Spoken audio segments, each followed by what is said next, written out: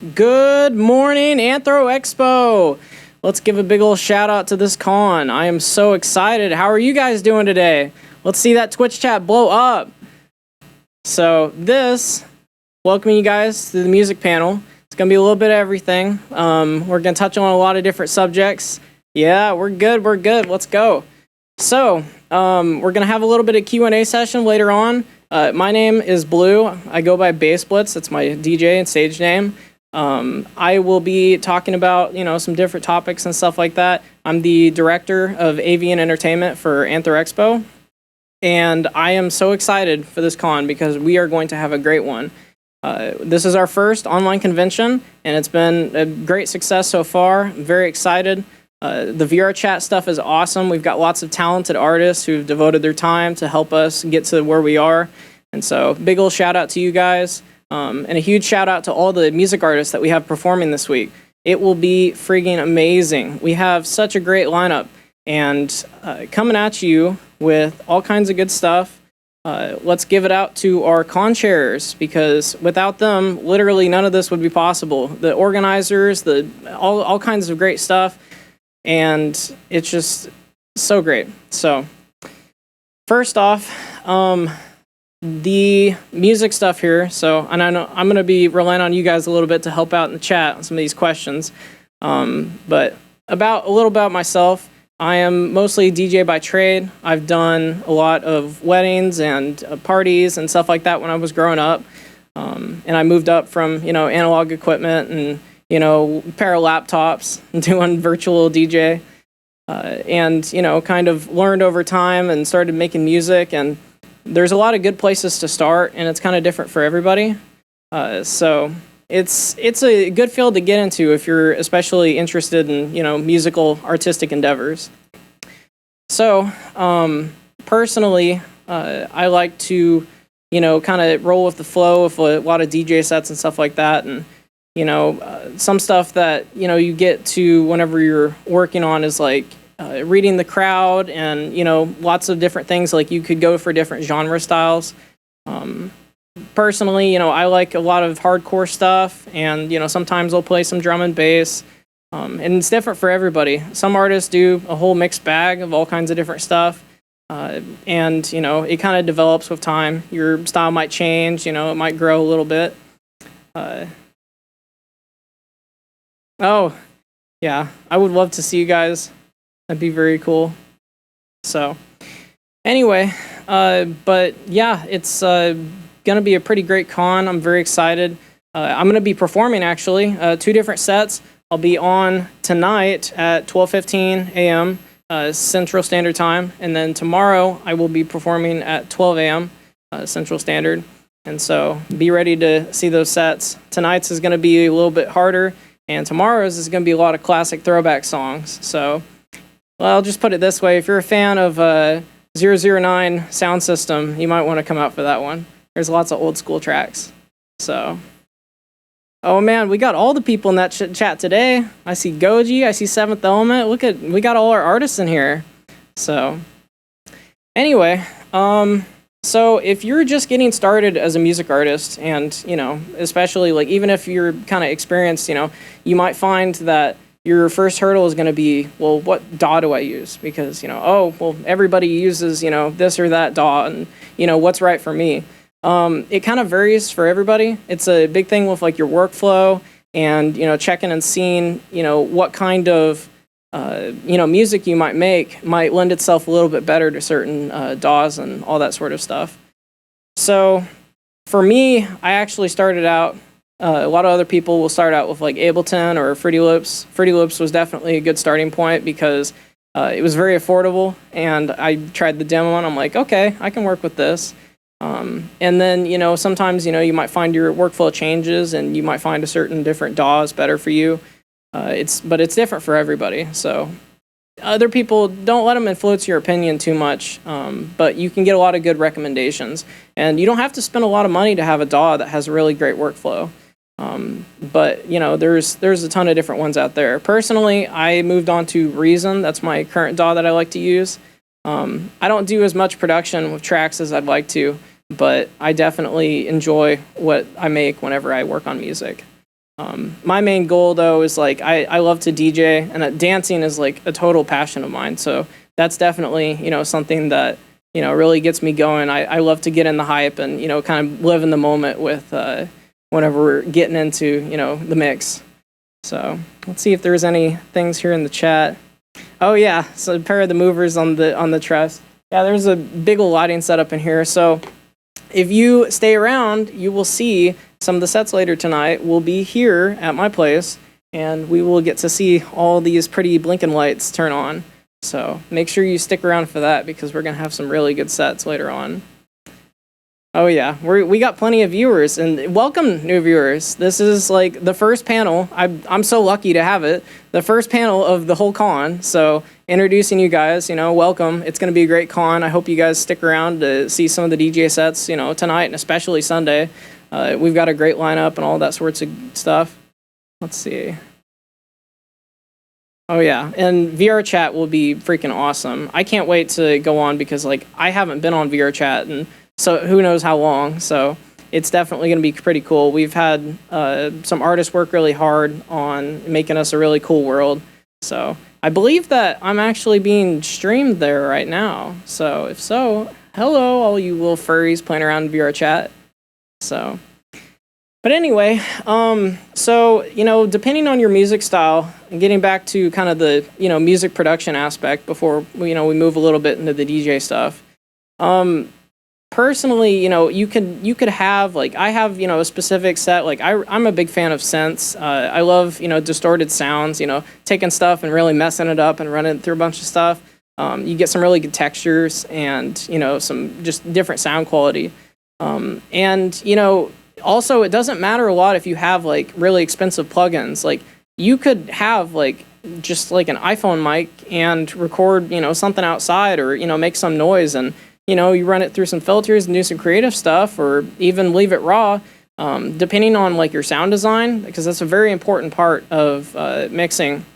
But depending on your sound design and your skill with working with that, it's something very good to practice, because you will develop your skills on that, and it can help your music a lot. Because whenever you give like a little bit of depth, or you can like convey kind of the emotions, kind of the style that you're going for, it definitely will, increase, not the legibility, but more so, kind of help other people to understand exactly what you're trying to put out there.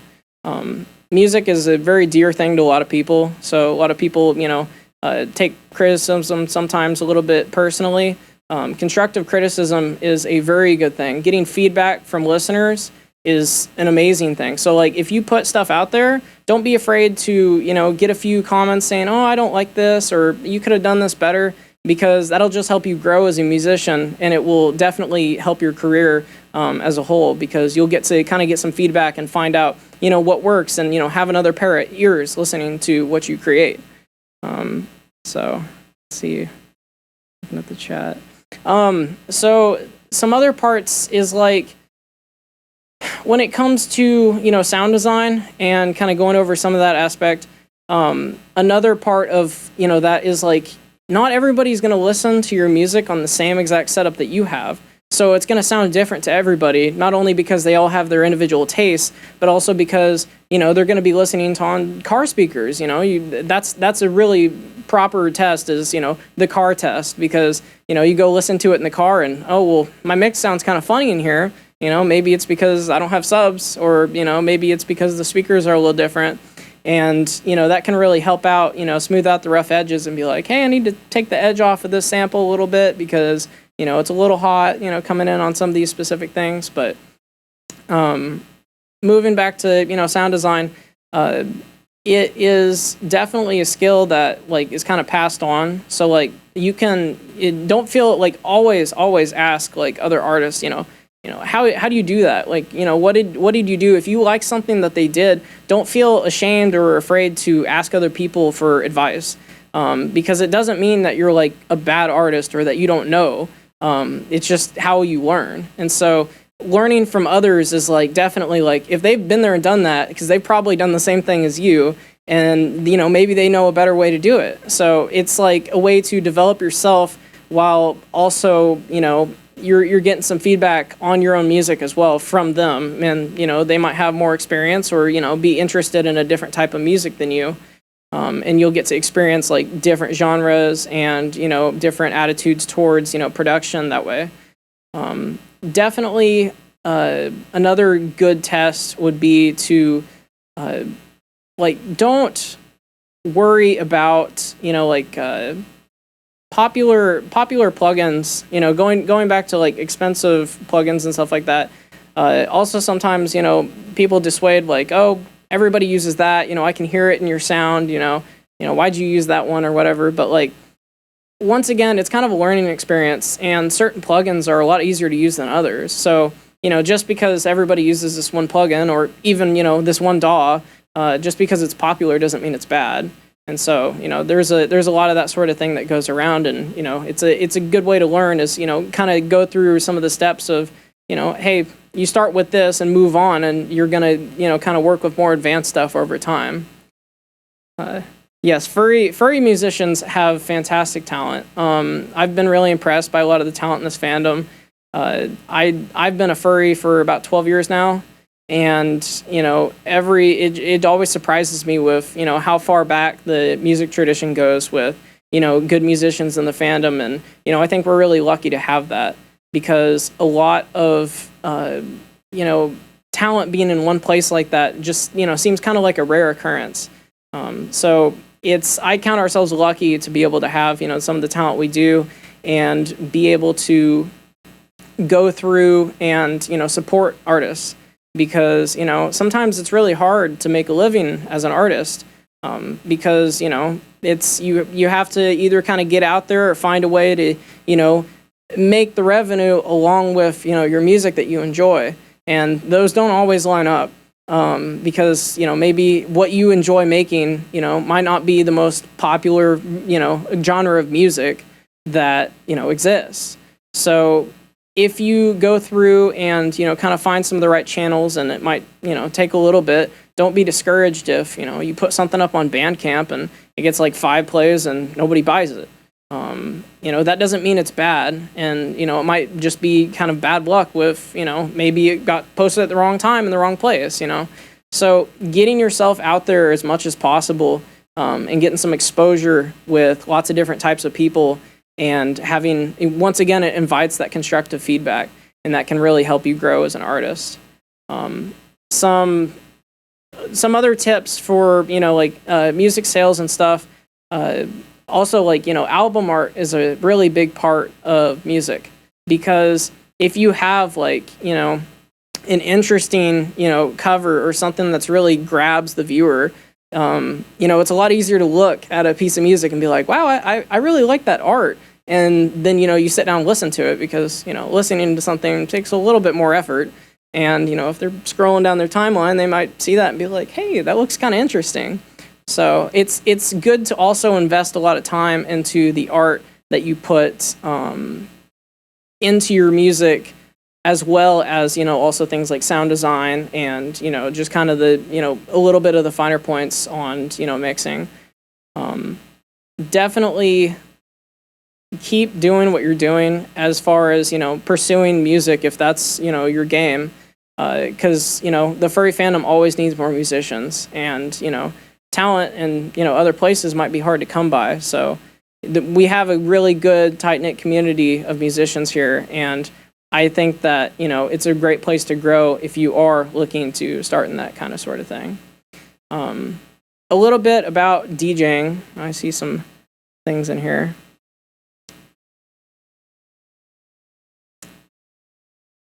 Yeah, so so I've always been an incredibly stage fright little doggo when it comes to performing music on stage.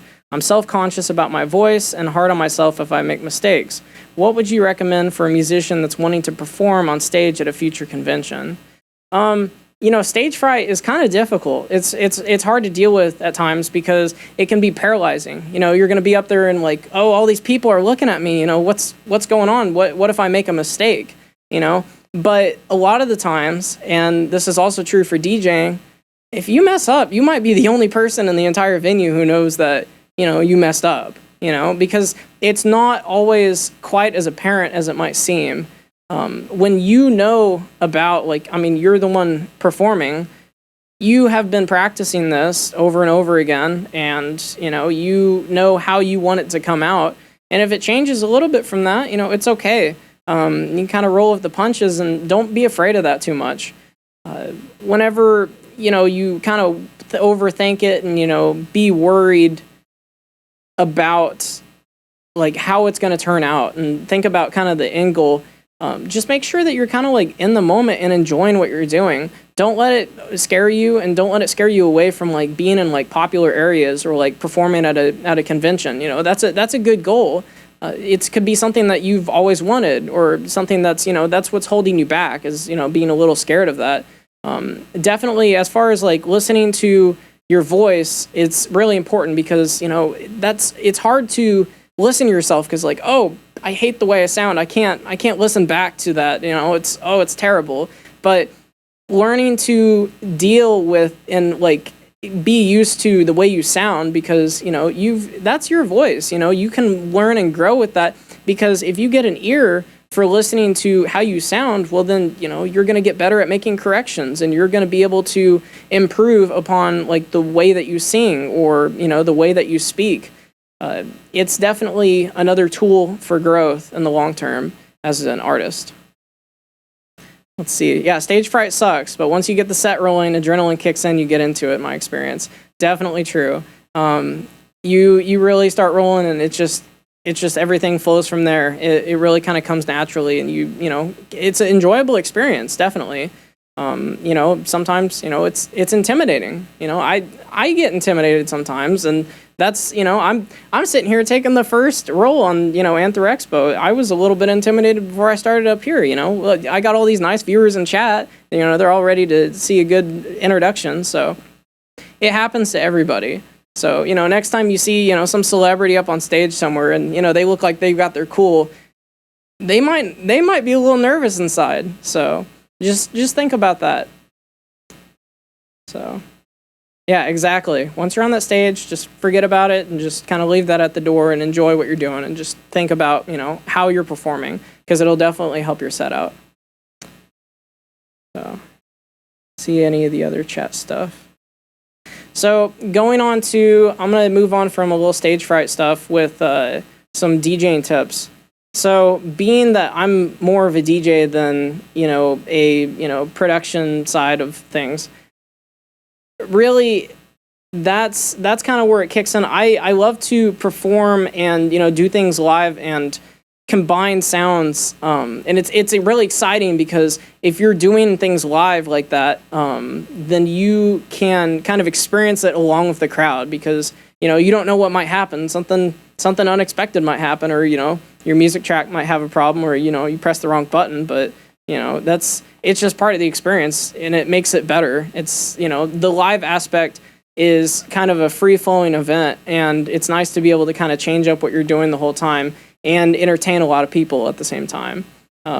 Like I said, I really enjoy dancing. Like, that's one of my passions. I love to get into the music.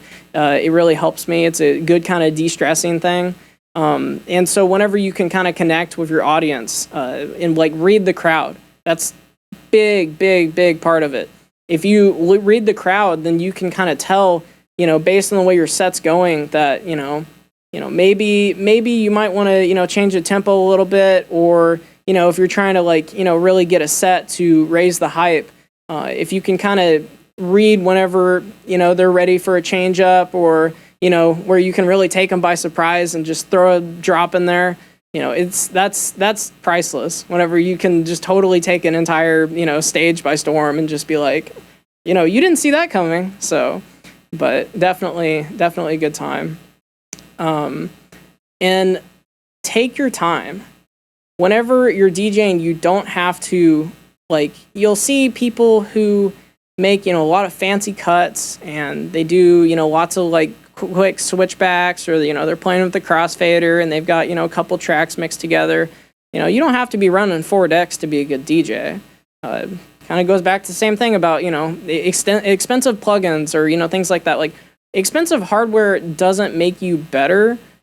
It can be a good tool for a certain point, but never be intimidated for, like, I used to DJ on 2 laptops. I had 2 laptops and an analog mixer, an old Pioneer DJ M750, and half the knobs on it didn't work.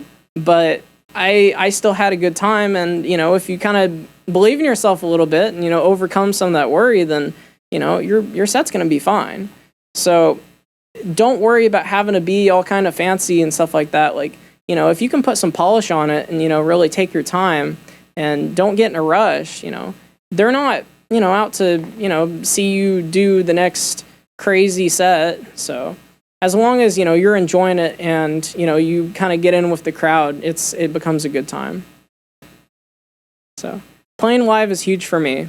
Melody Brony says, since the pandemic and switching to doing online shows, I've come up to the conclusion that I can't do pre-records, LMAO.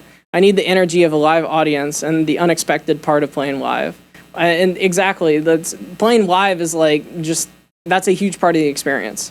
So, you know, if you pre-record, it seems to kind of take, at least, you know, like for me, it takes away the little bit of almost the danger of, oh, well, you know, this is exciting because I'm experiencing this along with the crowd, and, you know, we can change things up whenever, and that, you know, goes back into reading the crowd. You know, if you were like, you know what, I think this is the right time to drop this new unreleased song I've got, then, you know, you can kind of make those decisions on the fly.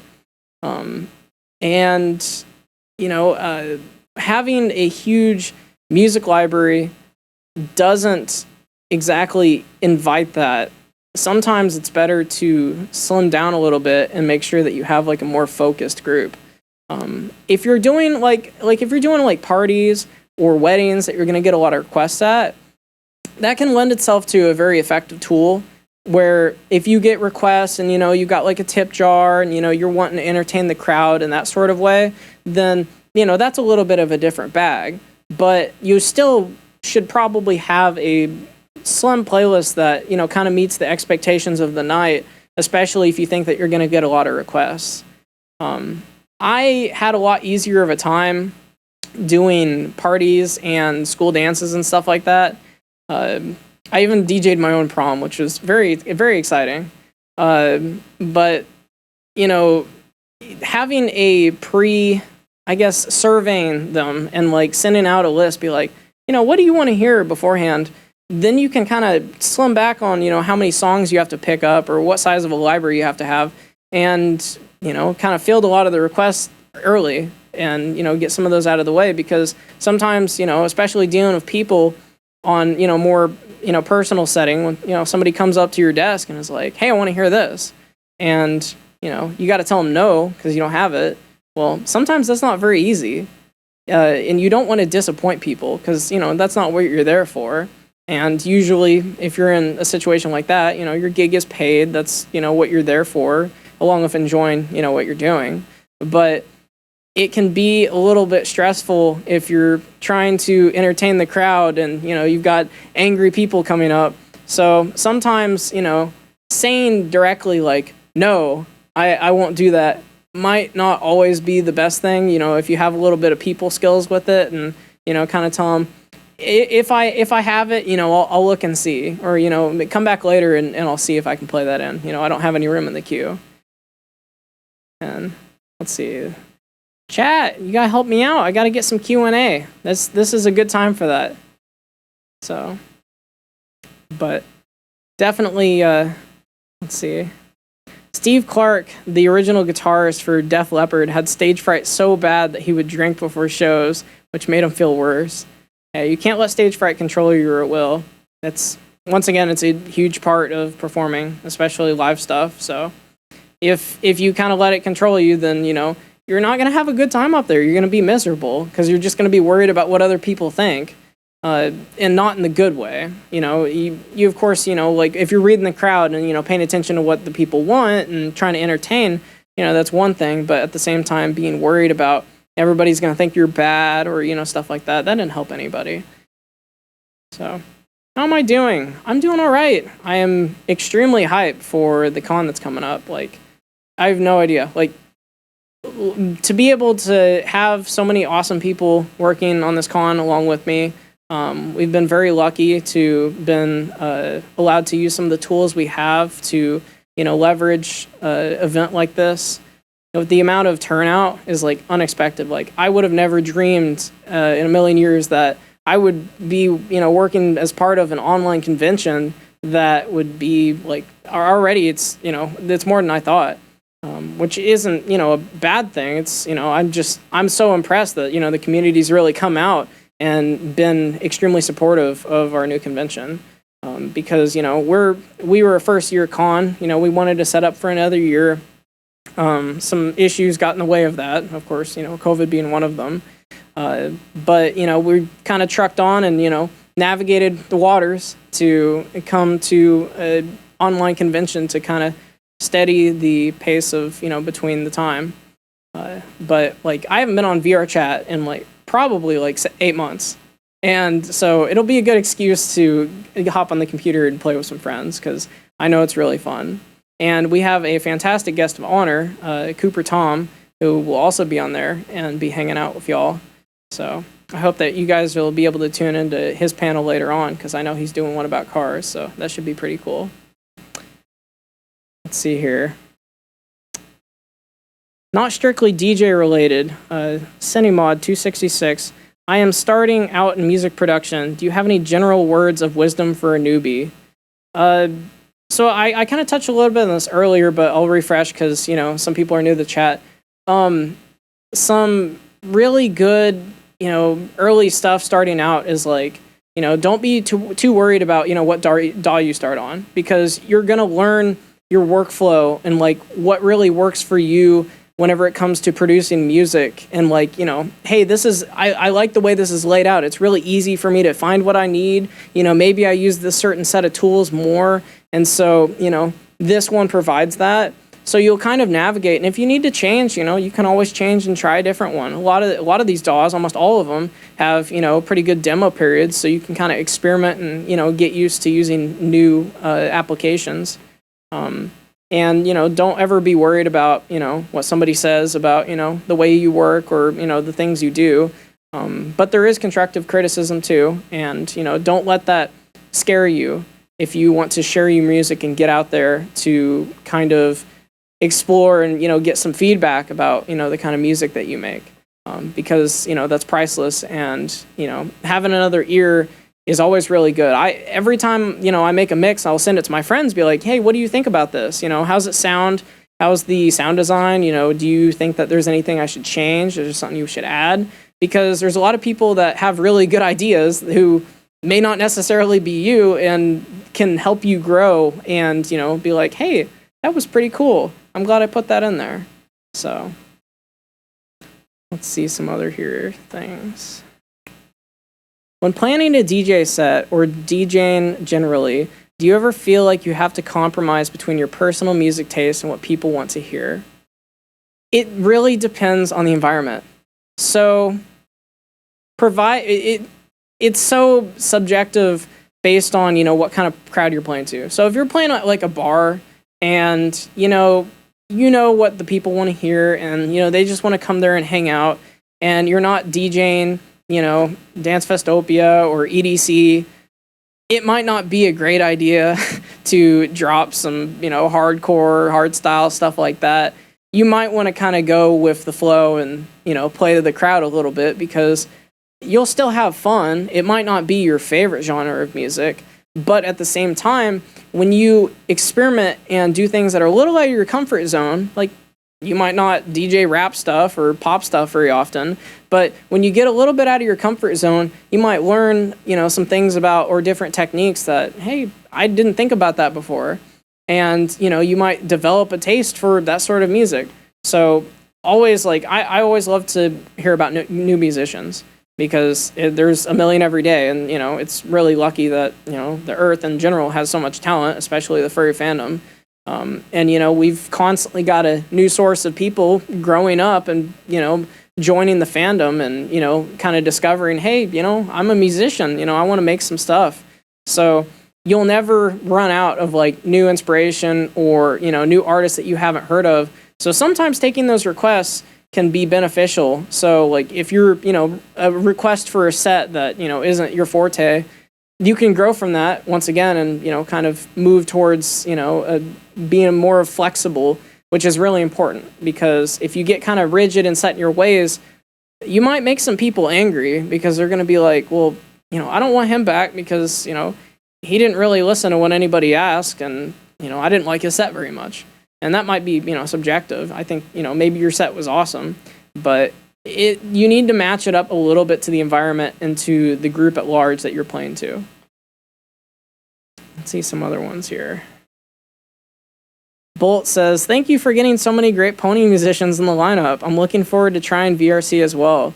Yeah, it's honestly, I think we're so blessed to be able to have like this many awesome musicians who are willing to give their time and effort to come play for us. Like, that's awesome. So it's going to be a great experience. I'm humbled to be able to work with them and get to experience this myself. So it'll be definitely a really good time. And this is actually the second time putting on a little bit of a show here. And so, we did a little bit of things with the lighting, so it should be a little bit better of a show. So we've been practicing, and I think you'll not be disappointed. And we also have some really good stuff. So, we've got one of the artists streaming in remotely. We've got a couple pre-recorded videos that will definitely be really nice sets, because they've got some cool stuff going on in those. So we're really lucky to be able to have some of the artists that we do.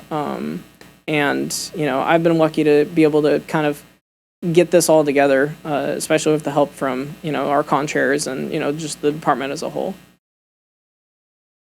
Let's see. Melody Brony says, having a second ear to listen to tracks I'm working on with an unbiased opinion is so important to me. 100%. I 100% agree, especially if it's someone who may not even work on music. Like, it could just be your best bud who, you go hang out with cars with, or, go to the bar.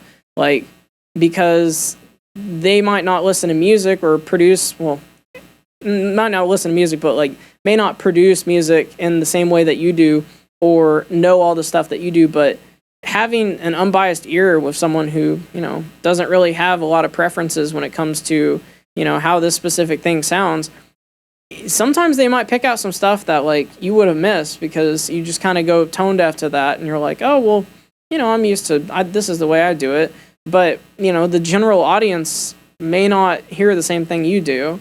And so same thing as like the car test or testing on different, setups, you might find a lot of different techniques that will help to get your music out there and have more listeners that can understand and properly like appreciate, or, give you some really good constructive feedback to build on, become a little bit of a better musician.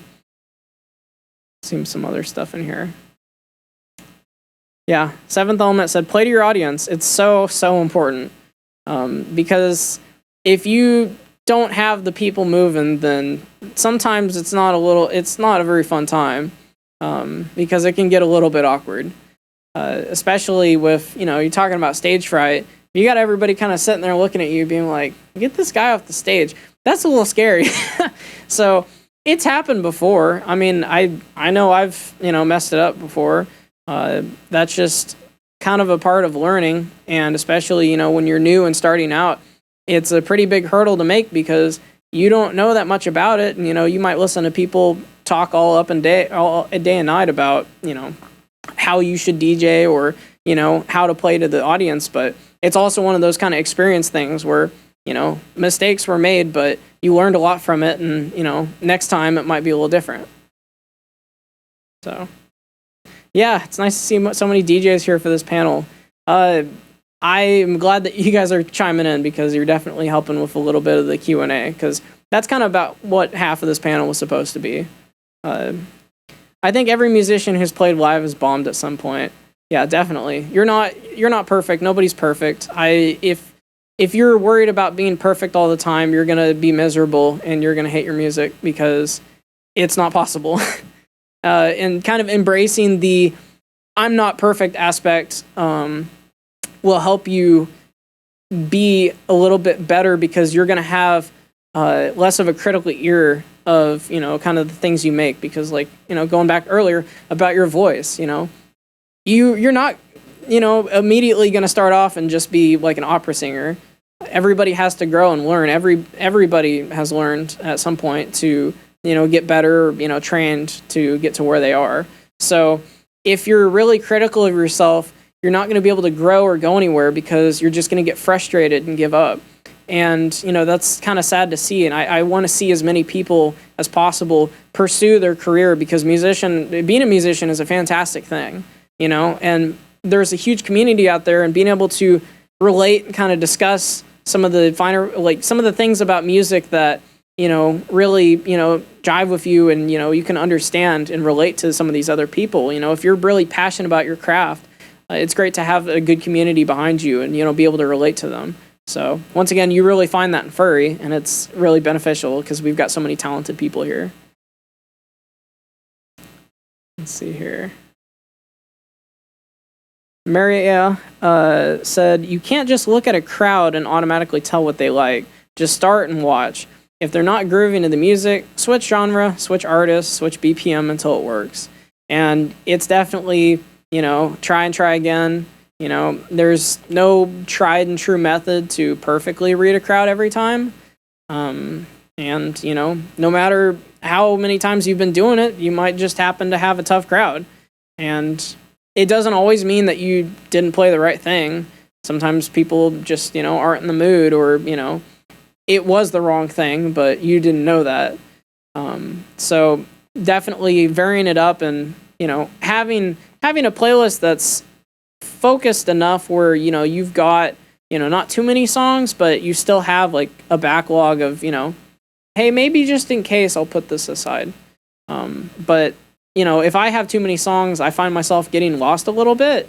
This con is kind of easy because I have specific sets that I want to play, and being, upfront with, hey, this is the kind of set I'm going to play today, means that I don't have to quite as much play to the crowd, especially without, having to worry about, having a huge crowd of people standing in front of me. But hopefully y'all like it. So I figure, let's see. Seventh Element said, hey, live electronic musician here. It's a matter of life. Having tracks to show off mostly. Also, it helps to have a video example of what you performing at their con will look like. Yeah, definitely. Yeah, I often have songs in my playlist that I love only when I'm in the mood for it. You might not be in the mood for, certain stuff sometimes, but, it all depends on, that's same with the crowd, is that, you might be playing good stuff, but maybe they just weren't in the mood tonight, and, even though it was a banger, they were just a little bit sick of that. So it doesn't mean that the music you played was bad. It just, the crowd changes, and reading them is a very important part of it. And Seventh said, you kind of have to sell yourself to the con sometimes. Be like, hey, here's how I can get you more attendees. Something that doesn't matter, though. Or sometimes that doesn't matter, though.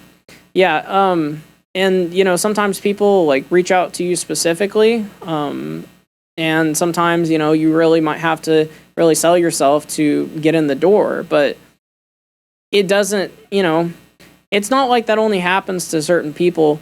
It just depends on the kind of con and the kind of environment. And, maybe if you got some friends or something like that, and they're like, hey, come play. I know what you do. I figured that it would be a fun time. But definitely getting good at selling yourself as a musician rolls back into, the sales and marketing aspect, where you can attract, future listeners by, kind of your brand. And that's actually, touching on that, that is a very important part of your musician career, will be your brand as a whole for who you are, and kind of relating to furries as well. Like, you've got a persona that you're putting on, as, you perform. And a lot of people, it might not be the way they are in normal day-to-day life. They might be really, outgoing and, going crazy whenever, they throw down DJ sets, but they might be kind of quiet and soft-spoken whenever they're just hanging out. But it's nice, in the same way it is, sometimes a little bit freeing to wear a fursuit and go be someone else for a while.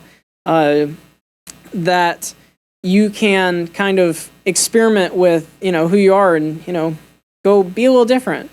And, it's, something that you can put on, and building your brand around, either your persona or, your marketing, or like having, like with your art and your music is really important for not like sales figures specifically, but in just kind of improving the visibility of who you are. Because, if you have a really good logo, or if you have, kind of a catchy name, or maybe something that, hey, I've heard about that, that's something that's a little interesting, or, if it's eye-catching, once again, it takes a little bit more effort to listen to a song than it does to see a piece of album art or a cool logo.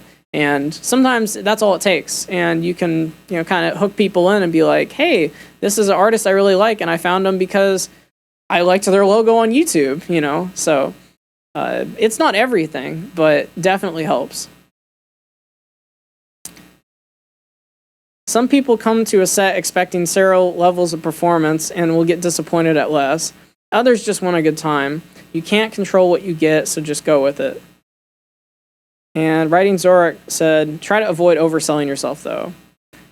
Yeah, because it can be annoying, and it can piss some people off if, you're just like, hey, and kind of overdo it with, I'm going to put down on this application that, I double, triple platinum, RIA certified, and, I did all kinds of tours all over Europe, I mean, maybe they might not buy that, or, if you're really pestering, sometimes, it can kind of put a bad taste in their mouth for being like, well, maybe this person, is, kind of a little desperate, or, and you don't want to come off as desperate, and you don't want to come off as, kind of an asshole. So be, careful with, how you talk, but also, make sure that you're not being like, well, I'm kind of okay and I'm not great, but, if you sell yourself to a certain point that's, kind of responsible and not over the top, then, that can also be, it's a learning curve, definitely. You might not get it right the first time, but that's learning with a lot of this stuff it's kind of going with the flow, and, you're going to learn from your mistakes. And, if you don't get the first con that you ask for, well, I mean, it might not have been you. Maybe they didn't have enough slots. So don't take it too personally. But definitely, like, it's a good thing to go for. Cons are fun. Performances are fun. Even performing for your cat, is a pretty good way to, learn. And, I mean, maybe your cat's not going to give you any feedback. It might meow. But definitely, it's going to give you an experience and some hands-on experience to, next time you play, you're going to know what buttons you wanted to press a little bit better because you've got some time on the wheels. Like, you've spent some time getting familiar for your equipment, and you're not going to feel quite as lost if, you get in a situation that, oh, this track's running out. I don't know what I'm going to do. I gotta come up with a transition, because I know that's happened to me quite a few times. You kind of get lost in it, and you're like, you've let it play out, and you're about 10 seconds out, and you got to figure out what to do real quick because your other, deck doesn't have anything queued up. Let's see. Yeah, a lot of your marketing spread will be by word of mouth. If you impress a small crowd with your brand, they'll tell their friends, and those friends will tell their friends. That is extremely true, because if you got your friend telling you that, hey, this is good, that's going to be 10 times better than, just seeing an ad on Twitter, because it's someone that and their opinion probably matters to you. So especially, making sure that it can kind of go through those groups. It doesn't have to be the largest group of people, but if you impress them, or, get them to, really like your music, they will probably introduce others to follow you. And then that's kind of how that grows. Organic growth is a very good way to kind of get a solid fan base, because they will kind of support you a little bit more. They're not going to, go away whenever you don't make the craziest track next time. They might be a little bit more of the long haul and, wanting to actually spend some money to support you, which is a very important part, because, if you want to go full time, which is difficult, if you want to go full time and have that support you and be your profession, that can be a huge hurdle to overcome, because it's really scary at first, like, oh, this is my income source, now what do I do? If people aren't liking my stuff, it gets kind of scary. But definitely working on building a really good fan base and, trying to have people who will support you and help whenever it needs most. Getting those kind of fans are the ones that you want. Let's see some of these other comments here. Performing at cons is so fun. I miss it so much. At least your cat can give you constructive criticism. But anyway, so I don't know if anybody has any more Q&A stuff for me. But like any DJ stuff, artist, musician stuff, things that aren't particularly related to music, even if it's about the con, I would be a good person to ask, especially about the sets, or later tonight and tomorrow night whenever we're having the performances here and online. So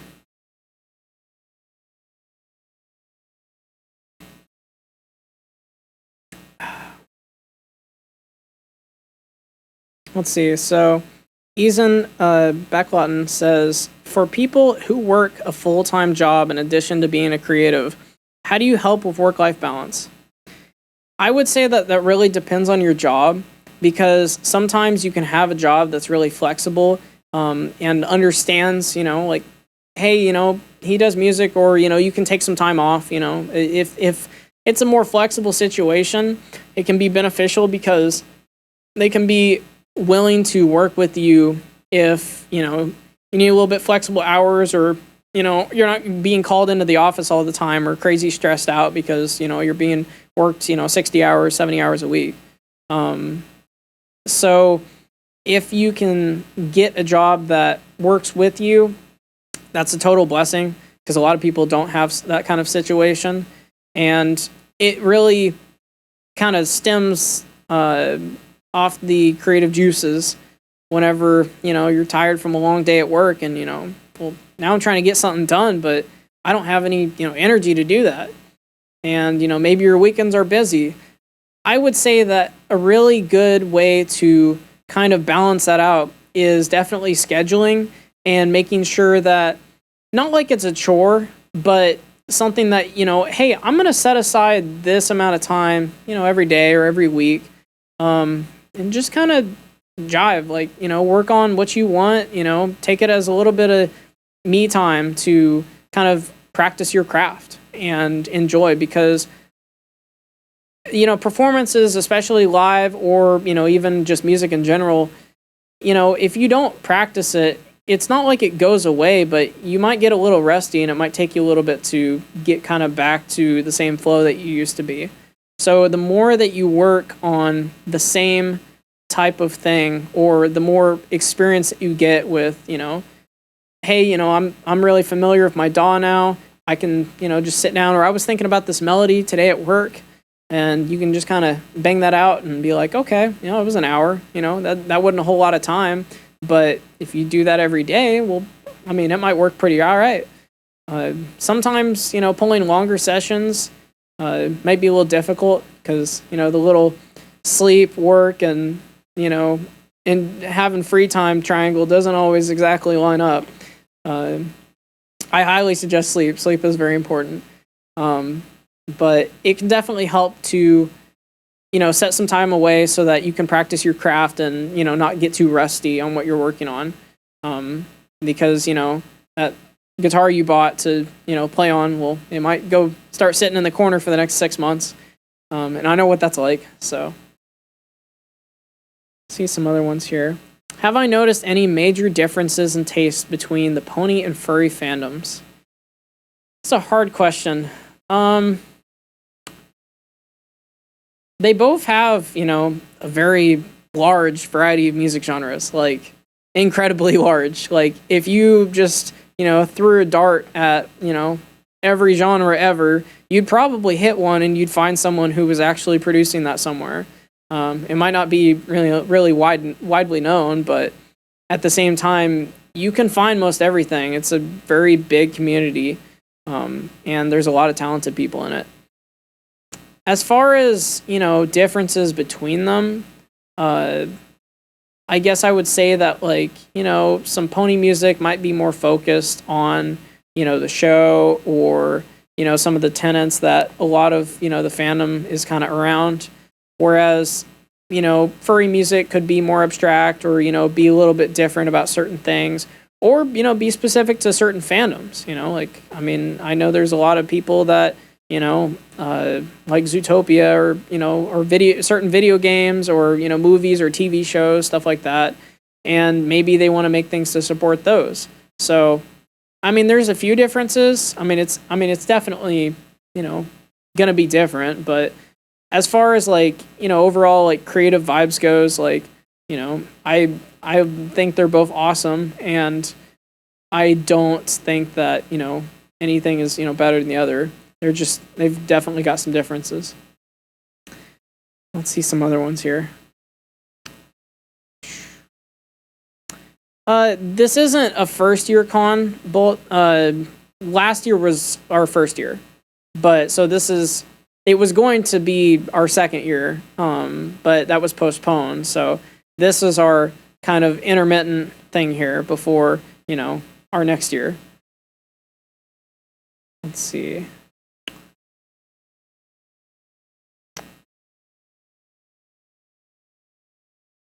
As an AV professional, do you have any tips on stage design? Oh boy. So, as far as AV stuff goes, I've done a lot of commercial and residential stuff at first, but what really got me interested in AV equipment, and I mean, I guess music too, was definitely working at, like, churches or schools for a long time. And I'm like, hey, that's pretty cool. You get to run the lighting board and the sound. Like, I don't know anything about that, but that seems like a fun job, and you get to press buttons. So I want to go check that out. And having the hands-on experience and getting the opportunity to kind of experience and experiment around with different locations and venues, it gets you a little bit of experience about hey, I kind of like the way that's set up, and that might be kind of your thing, and you might start to learn, kind of what your preferences are. As far as, like, stage design goes, from the audio side, you'll hear a lot of different opinions. Some people really like, for more technical stuff, some people want, line arrays in every building ever, and some people like, point source, like, speakers that are standing up and, on the ground. But, it kind of, I mean, that might be a taste thing, or what fits in the location the best. There is a little bit of an aspect of feasibility and economics to take into account. Like, that might be more expensive, but it also might be a better solution for this building for long-term stuff.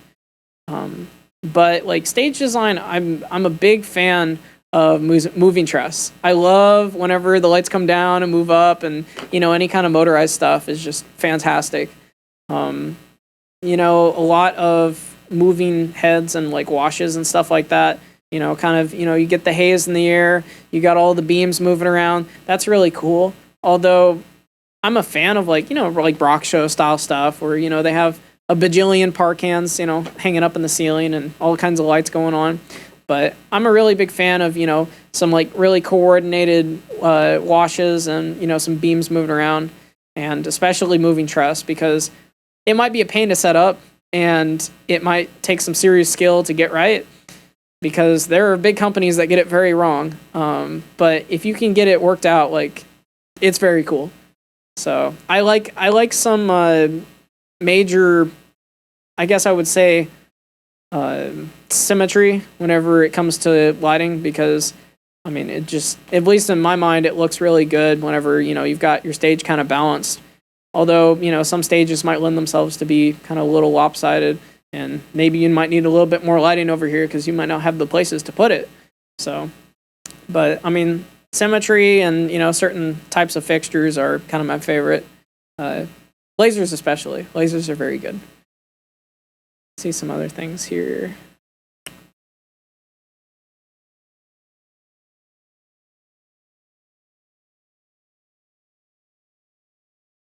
you may have covered this earlier, but some folks may want to know if you have recommendations for starting equipment for those just beginning to DJ or video. So as far as like starting equipment, there's a lot of really good controllers out there nowadays, because like USB controllers are freaking great. Like that wasn't something that was like super popular when I was growing up, and also like didn't have the money for. So, but nowadays, if you can get, a decent controller, it might be this big, but and even they have like, I think Pioneer's got a decent deck. I think it's like $250, and it's got like 2 channels and all the stuff that you need. Especially if you have a laptop and some software hooked up to it, you can do a lot of crazy stuff. DJ's become a lot more affordable nowadays, definitely. And so that's nice because it kind of opens up the door to a lot of people that may have not been able to afford it in the past, because it kind of had a little bit of a high bar of entry where, you got to start with this and, move on up. So maybe somebody's got to give you some gear, or, if you got to go find something, but that may still be the case today. If you got your eyes set on a certain, mixer, then, you might be able to find a pretty good deal if you go scrounging around. Used gear isn't always bad, but you also have to kind of take it with a grain of salt, because you don't know where it's been, and it might have had a few drinks spilled on it, or, been down a flight of stairs or some TSA. So definitely inspect your stuff before you buy it, unless it's online, but get it from somebody reputable, or some way that, you can ensure that you'll be getting it in good condition. But, I mean, a lot of, like, good starting equipment. So, like, okay, so I kind of touched on controllers, but, like, some more stuff. So, like, speakers, that's a big thing. Speakers are huge. Everybody, has their different preferences. Nowadays, I used to be a big, passive speaker. So like, ones that aren't powered, you got to lug around an amp, everything's separate. And that's kind of the way it used to be a lot. Older speakers were not powered, they didn't have the amps in them. They had, big rack of amps you roll around or something like that, and, get some cables and hook them up. But like modern powered speakers are so handy, and they're really light actually. For instance, these are JBL Eon 615s. They're pretty cheap as far as like speakers go for price for performance. And I would pretty highly recommend those. They also make a 12-inch or a 10-inch version. They've got their own amplifier built in. You literally just need a power cord and something to plug into it for audio, and you're pretty much done. So modern powered speakers can be a real lifesaver, especially when you need to factor in that the equipment that you're going to be bringing to a set, you might be the only one dragging that stuff home. And I know what it's like to load an entire trailer by yourself, and it's not very fun. So if you have a good buddy to help you out, that's like indispensable, because sometimes when you get more equipment, you're going to want to have somebody who knows how to set it up without you having to sit there and tell them, because it might be quicker for you to do it yourself. So what DAW do I use? I use Reason. I used to use FL Studio, and I tried Ableton for a little bit, but Ableton's a really good platform. It lends itself very well to live stuff. I know a lot of people use it, of course, for their launch pads, or a lot of like live performances, and it's fantastic for that. I couldn't argue with. I think it might be one of the better ones out there for that.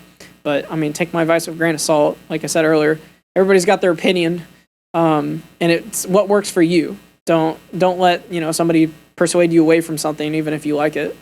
But I started on FL Studio, actually for a while, because it was affordable and everybody else was doing it. But it was a really good stepping stone. And that doesn't mean that it's less of a DAW. There's a lot of people that do use it. It's just a very accessible DAW to a lot of people. And it's got a lot of good publicity. But there's as far as cheaper DAWs, and definitely not sacrificing on performance. I know a lot of people use Reaper or Propeller Head, things like that what, like $50, like something. The bar of entry is pretty low, and it's very affordable and good software. And they've got, a really good workflow on some of these different DAWs. So make sure you shop around a little bit because they've all got demos. So you're not losing out by trying a 30-day trial. Let's see. Oh yeah, personally I've noticed less hardcore hardstyle in Pony than Furry. Maybe just me.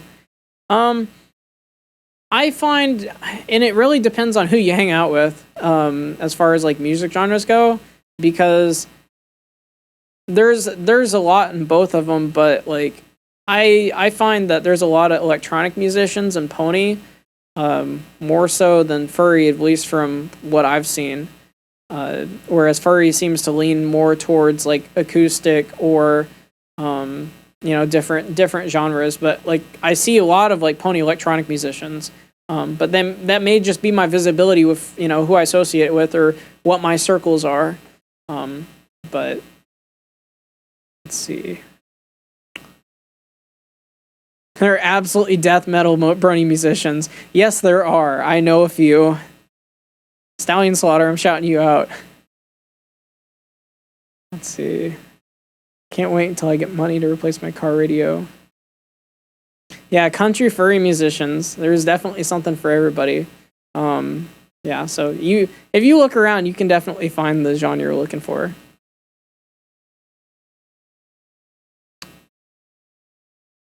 Catching up here in the chat. God, you guys are really typing now.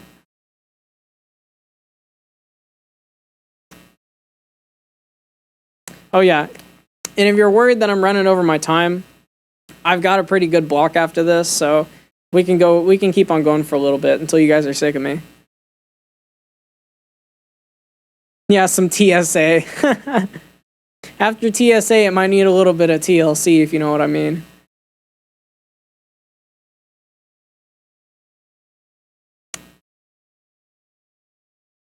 Yeah, MA.2 for lighting software. I'm really excited to learn some of it tonight while running my own personal mini stage to the sets.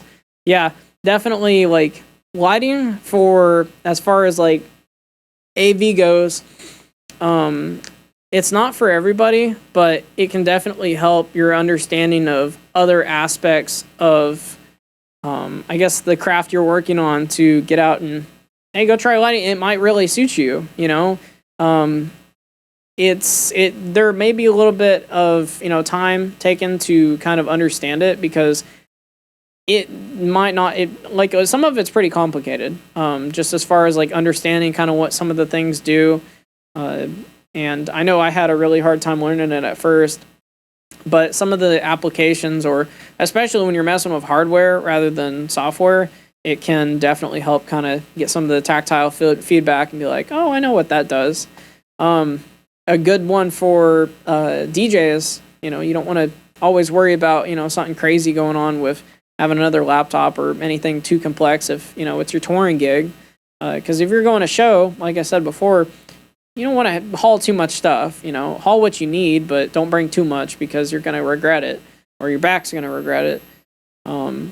But like, as far as like things like I know, ADJ and Chauvet make some pretty dang affordable controllers that, it's a little brick that has a whole bunch of faders on it, and all you got to do is, take your lighting fixtures and assign, what's called a DMX address, and, it's anywhere from 1 to 512. That's just, kind of the range of the different channels that they're listening for. And you can configure your controller to, send data to that fixture.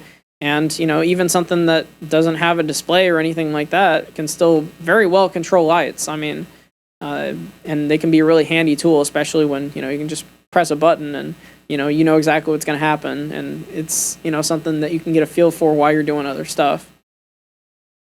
Let's see. Older speakers, glances at my passive bookshelf speakers from the 80s. Maybe. Have you seen my PV SP4Gs? These are old, but they still bump. I just had to replace the cones in them because they needed to be replaced. But fortunately, Black Widows, which are the type of subs in them, you can actually just take right out of the basket and plop a new one in. You don't have to buy a new magnet. My partner uses Mixcraft 8, but he does like prog rock, so I don't know if it's used much in the DJ scene and for those music genres associated. I'm not very familiar with Mixcraft, but I'm sure it's a pretty good thing. I kind of want to look it up, though. That seems interesting. I'll never be sick of you. You're so sweet. Keep going. It's chill. We love you. Turn your car into a moving studio. Never carry anything again. There you go. That is the solution. But yeah, like I've seen some pretty crazy loadouts, like people with their Honda Civic with crap sticking out the side and the trunk propped open with ratchet straps. So you want to stay away from having too much stuff, because there are some surprisingly small speakers that can give you a pretty good sound. And, if you're going to play at a bar or at a school dance, they might not be expecting you to, roll up and destroy the dance floor with bass. So it's not always extremely important that you bring the largest speakers possible. Because, maybe if you didn't bring a crazy amount of speakers, I mean, it's still not going to affect the way your set sounds as long as everybody can hear it. So there's a little bit of a balance there, definitely. Melody Brony says, I'm a musician primarily, but since COVID, I started to take a deep dive into the live production world and to try to ramp up the production quality of my online shows. It's always a Honda Civic. Yeah, zoning codes, this is a big part. You need to make sure that you will not have your set busted with, somebody giving a noise complaint and, you have the cops roll up and everybody has to go home. Because that's no fun, and it has happened to me before, because you need to make sure that you ask permission from your neighbors or whoever is nearby, because someone might not want to listen to your music. So that's really important, and sometimes they're really easy to get. Like most cities, if you write up and know at least 2 weeks or so in advance, you can just ask for kind of a waiver that gives you the ability to go ahead and be a little bit loud for a certain amount of time. And, that'll save you some fines or some sad partygoers. So be a little bit mindful of your noise levels. And a decibel reader is an invaluable investment, because it will protect your ears and it will protect your wallet.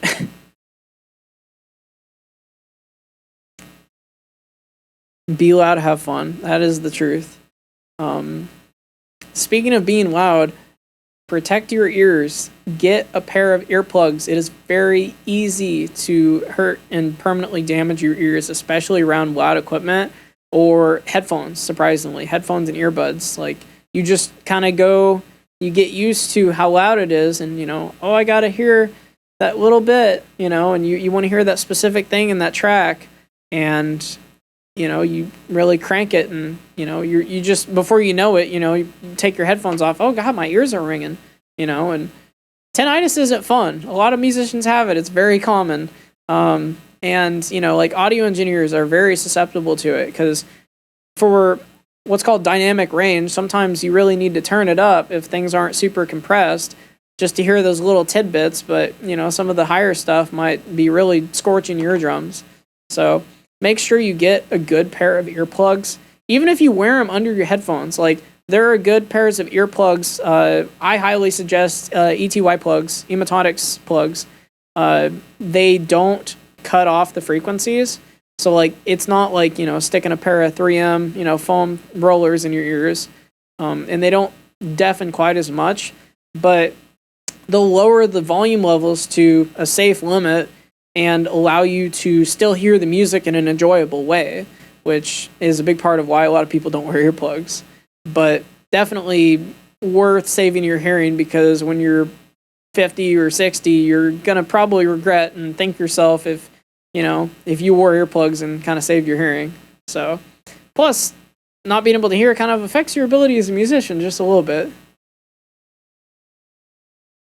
Oh, headphone recommendations. Open back ones for monitoring mostly. This will get very controversial very fast, because this is a topic that a lot of people have opinions on.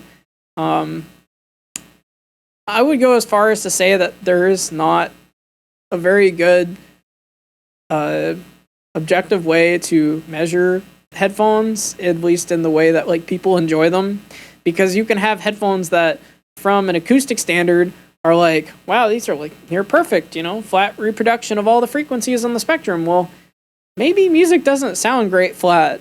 Maybe you need a little bit of peaks here and there, and sometimes measurements don't really give the full story.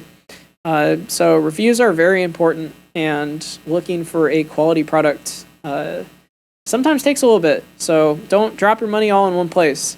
Do a little bit of shopping around and find your buddies, see if they got something that you like. As far as recommendations, I don't have a lot of open back headphones. So this is either ones I've had a long time ago or firsthand experience from what I've tested with other people's headphones. I'm very partial to Grados. I really love Grados. I think they're pretty high quality, and their SR80i, SR60s or whatever are really affordable, and they get loud. Although that also means that if you're listening to Katy Perry, everybody else in the room is going to know you listen to Katy Perry. But don't worry, I love Katy Perry too, so it's okay. But yeah, they're a very good headphone. I like Sennheisers. The HD whatevers. I don't own a pair. I've listened to multiple different versions of them, and they sound really good. I know they were pretty light on my ears, and they were over ear. Versus Grados, most of them are on ear, but they're kind of more foamy, so it's really soft. But it's a big preference. Sometimes your ears get hot. Sometimes you get the little burn from it being crunched too much. So it's an extremely preferential thing. I don't personally use closed or open back headphones. Probably because I like the isolation aspect of having closed backs. But I know you get kind of a better response, at least from what I've seen, when you have certain open backs and a quiet room. But my go-to daily drivers, and I got 3 pairs of these things because they're indestructible and they're just great for everything. So I just have them hooked up in all my computers and my mixer. But I love Sony MDR 7506s. You've seen them everywhere. I know I've got one pair sitting around here over there somewhere, but they've got a really long cord on them, and they're pretty tough, and they can take a beating. And they're pretty flat, which is not exactly great for listening to music, but I find that when I'm mixing, it's kind of nice because then I can kind of detect peaks a little bit easier because I'm not listening to a colored sound. Whereas some speakers will color the sound a little bit. And that's why you do things like the car test or the phone test or things like that to go get other places that might not have the same response as, your headphones. Let's see.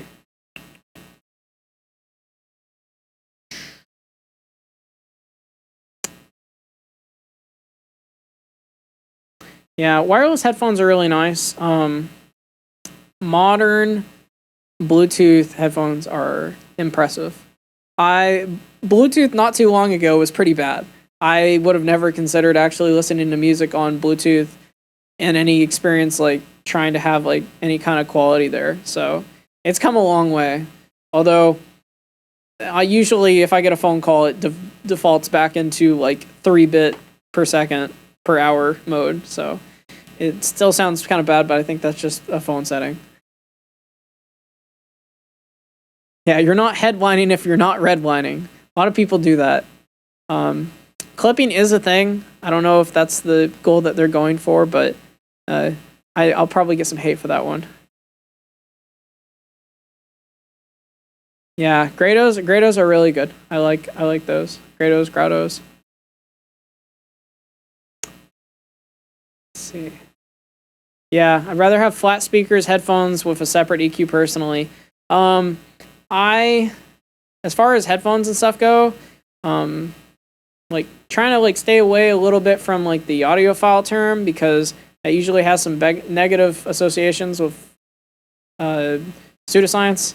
But you'll have a lot of people they give you a lot of opinions about headphones and stuff like that. But I will admit that when I moved away from having like the Credi preamp in my desktop to actually investing a little bit and getting a DAC, digital audio converter, and having like a headphone preamp, like or an amplifier for specifically for that. I've got a it's a JDS Labs Atom, and then I also have a D70, I believe, D60. But it's like night and day. Like having quality amplification doesn't have to be expensive, but usually the one you have on your motherboard isn't that great. Because like I had horrible coil line. Like coil line, just kind of a buzz hum frequency that's coming from your graphics card or something that's not very well insulated in your computer, and that'll pick up really bad, and interference can be awful. I actually had to get away from it so bad that I made sure that my motherboard had Toslink, which is like an optical cable, so that there was no electrical connection whatsoever, and connected that into my DAC. So it fixed that a little bit. So yeah, clipping is bad unless you're deliberately going for a distortion effect, which sometimes works, but not always. The bad side of clipping can definitely be you can damage a lot of stuff. So it's not good on speakers. They do not like that.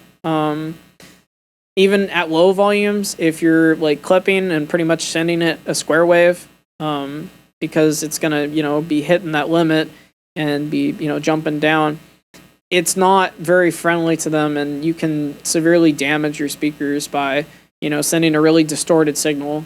And it doesn't have to be super loud. It's not very friendly to the cones or just the way they work. But it also can be, if you send too high of a level to certain equipment, you might damage it, or say you accidentally have phantom power going on something and you're sending it crazy volume. I've seen it happen.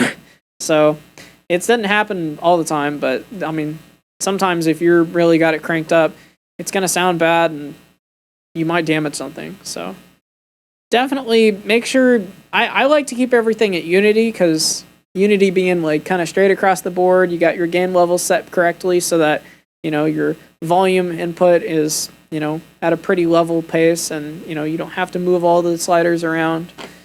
But see some other here things. Yellow Army Jacket says, this is actually really interesting to listen to, and that's coming from someone who doesn't know a whole lot about music. Well, thank you.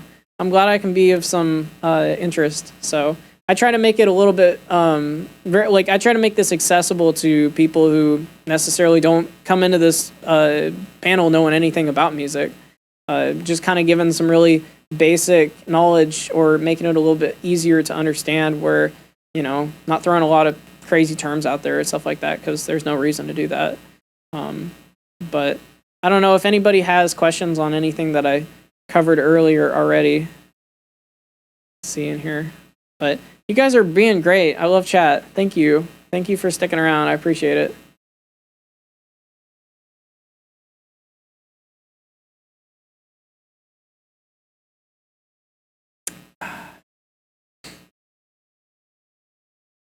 Well, thank you, Goji. I appreciate it. Big heart to you too. Can't wait to see you perform. It'll be awesome. But yeah, for anyone who's new here, we are having some fantastic artists who will be performing tonight, including me, and tomorrow night, including me as well. But we got a crazy lineup. Lots of really skilled artists, lots of really skilled people who have given their time to come hang out and come give us a good show. So make sure not to miss it. It's going to be a heck of a set. So I've been looking forward to this for like several months now, at least. So it's a little nerve-wracking, being able to be at this point where like it's happening, but it's definitely been a pretty good time. So I mean, so far, we're, 2 hours into the con, if that, so heck yeah. So, but make sure you guys check out VR Chat. We got a Minecraft server going on right now, and we also have a bunch of other stuff. I mean, the Discord chats are going off.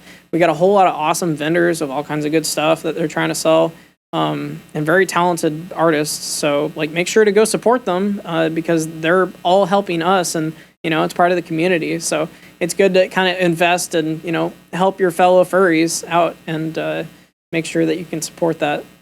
So make sure I'm not gonna run over into the schedule on anything else here. Chat, you guys are being very good. Thank you. Don't have to yell at you yet. How much time do I have, Cass?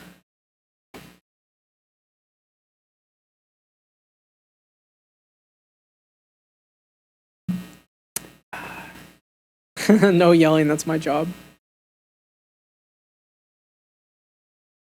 But yeah, I mean, so I'm really excited for it. It'll be nice to actually dig out VR Chat for once in a while because I don't go on it very often. So it's a good excuse to have some people to hang out with on it. But definitely check out the musicians tonight. We got a lot of good panels coming up. Opening ceremonies is very soon, so be sure not to miss that. To introduce myself to anyone who's just coming in, I'm the director of AV and entertainment for AnthroExpo. So I've been here since last year. That was our first con year, and it's been kind of a wild ride. It's definitely first year cons are a little bit nerve wracking and more than a little bit stressful, but we made it out with a good success, and I think I had a really great time, and I know a lot of people that attended did. So definitely looking forward to having another one. And so this is a fantastic con, especially for online. Like, we've never done this before. So, but we've had lots of good people to help us. So that's why it's gone as well as it has so far. And because of you guys. I mean, if you're attending the con, like, that's what it's all about, So we're all here for you and trying to make sure that everybody has a good time. And I appreciate y'all coming out and supporting us like you are.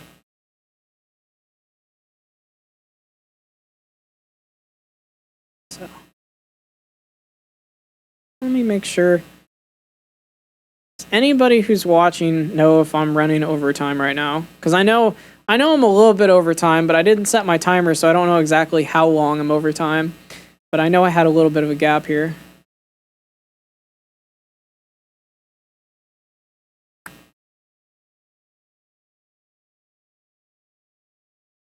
Check my Discord. Oh boy.